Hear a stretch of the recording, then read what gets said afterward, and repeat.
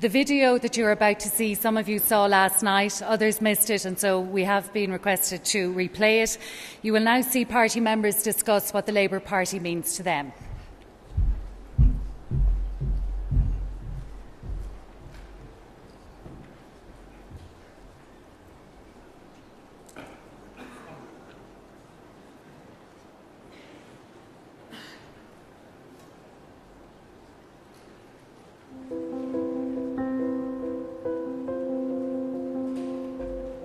The core value of the Labour Party would be to build a society in which people would have freedom of opportunity,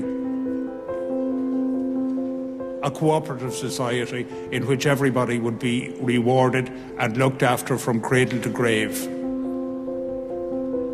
I think if you were to look at one core value, I would think it's integrity. Values of equality and fairness. Making sure that no matter who you are or where you come from, that you have an equal opportunity to succeed in Irish society.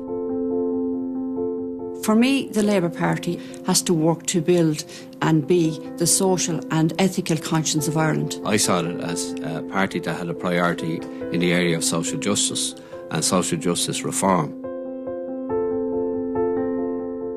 I think an inclusive approach to politics and beyond politics to a societal level. A kind of collective endeavour, which is more than just about a single individual, that it's about a society, about people working together. Striving towards a more equal society where there aren't vast differences between the wealthy and the poor. Where everyone has the opportunity to make a decent living, that we have a good future for our young people and security in old age.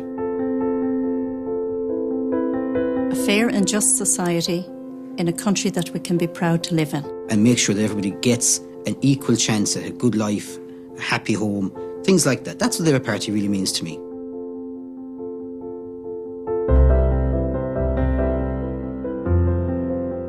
You can go back to Larkin, you can go back to people, the founders of the Labour Party. They stuck to the core values of the rights for people.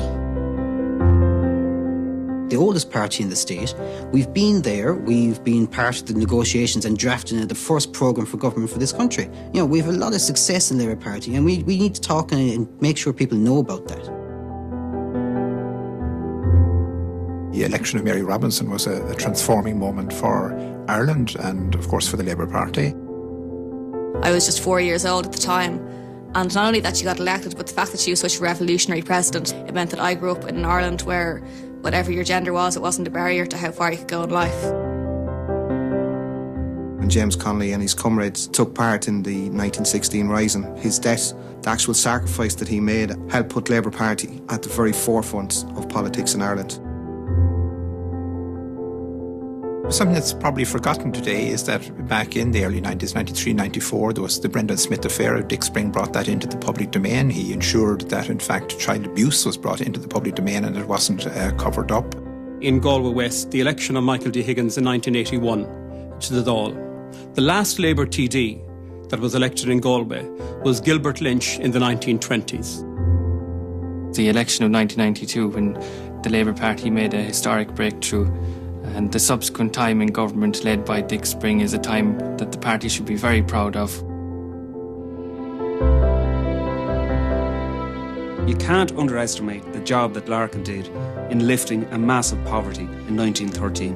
And I think that's probably the lasting legacy of the party. In 2011, the fact that we became the second largest political party in Ireland and got 37 seats, a record for us. Labour was the first major party to recognise that divorce was a civil liberty. We campaigned for it consistently, often against very ferocious opposition. I mean, that was an enormously modernising moment in Irish history.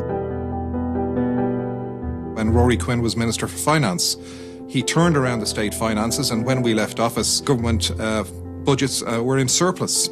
And had we been re-elected, we would not now be in the mess we're in. The crowning force was the election of President Michael D. Higgins.